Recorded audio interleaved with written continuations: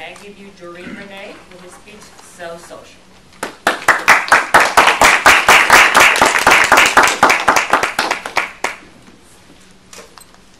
Good evening, ladies and gentlemen. I'd like to begin by asking you, how many social networks are you on right now? By show of fingers. Okay, wait, no, better yet. How many social networks do you know of? Let's do a quick roll count. Facebook, Twitter, LinkedIn, for the socially inept, MySpace. Now, these are the main social networks that we use and peruse on a daily basis, are constantly shoved down our throat through the media. Social networking has become as ubiquitous as email is a productive and useful networking tool overall, and is generally a fun experience. I'd like to take the time allotted to me to cover these mainstream social networks, some niche social networks that we might not be aware of and probably should frequent more often, and combine them together for a way to centralize our social presence and further help ourselves and our personal branding. So, Facebook is where we all come together with our friends and family. We share our events, some thoughts, maybe an opinion, a poll, definitely our pictures, our jokes, and for many of us, myself included, where I get reminded of your birthdays.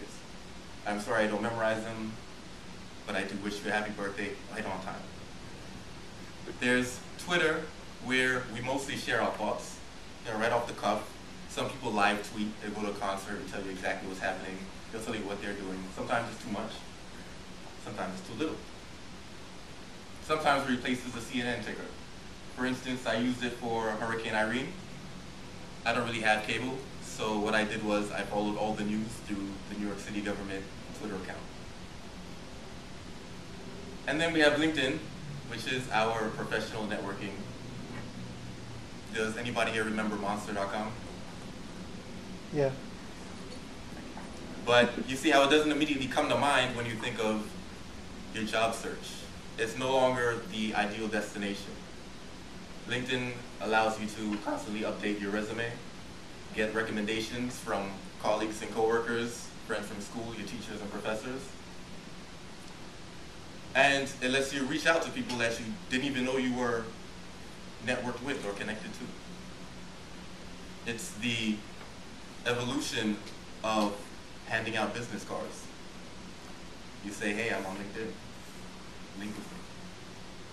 Doesn't really sound that impersonal anymore from the days of getting an email being so exciting for the first time. I remember that day. I mean, not that young. On the other hand, with all of that social networking already, what more can I ask of you? What more can socially be expected of you? Well, it really depends on what you're into. For instance, when Luke walked in, I noticed he had his professional studio headphone gear, and I thought he'd probably be an ideal candidate for Last FM or Turntable FM, which does music networking. You play music, your device automatically scrabbles the information to the net, and your friends or followers see what you're playing, you can review what you're playing, and awkwardly enough, you can see their behavior of what you're playing. I did not know how much Coldplay I played. I thought I played more Meek Mills or Biggie Smalls, but apparently Rush of Blood is on my head all day. Then there's the athlete in some of us.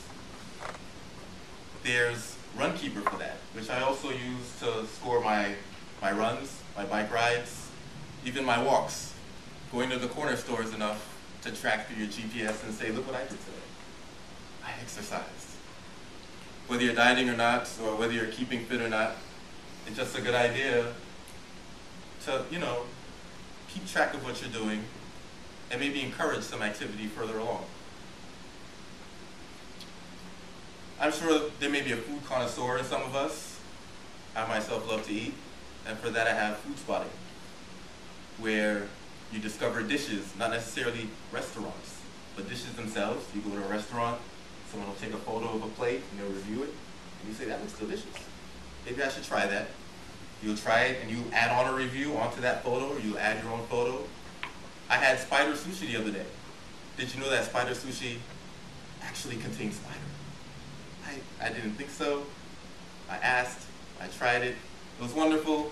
I had a guest, she squirmed. What can I say? Now, with all these diverse networks, and many that I didn't even cover, how do you tie it all together? And for that, I would suggest about.me, which actually has nothing to do with me, and I'm not selling you a product, but you get a background that you can upload, you get a list of icons per service, and you link your services to it, with a little description on top, and lo and behold, anyone who goes there can find all of the networks that you're on. Now, I took it a step further and bought my domain name.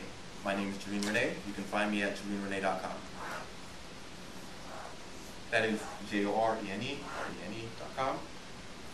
And it immediately forwards to my about.me profile, and everything is there. Now, for anyone who's not explicitly interested in personal branding, I have one more reason that social networks would be of value to you.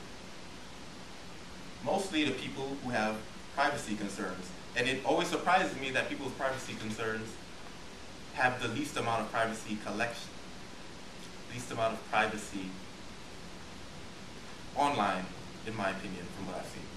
Have you ever Googled yourself? I, for one, am in charge of the first 3 pages of Google when you look for me. You will see exactly what I want you to see, which is all good, by the way. And it's the truth. I'm really a good person. And I hope and implore you to do the same, to be in charge of your identity, and get out there and enjoy the opportunities that await you in social networking. Thank you very much.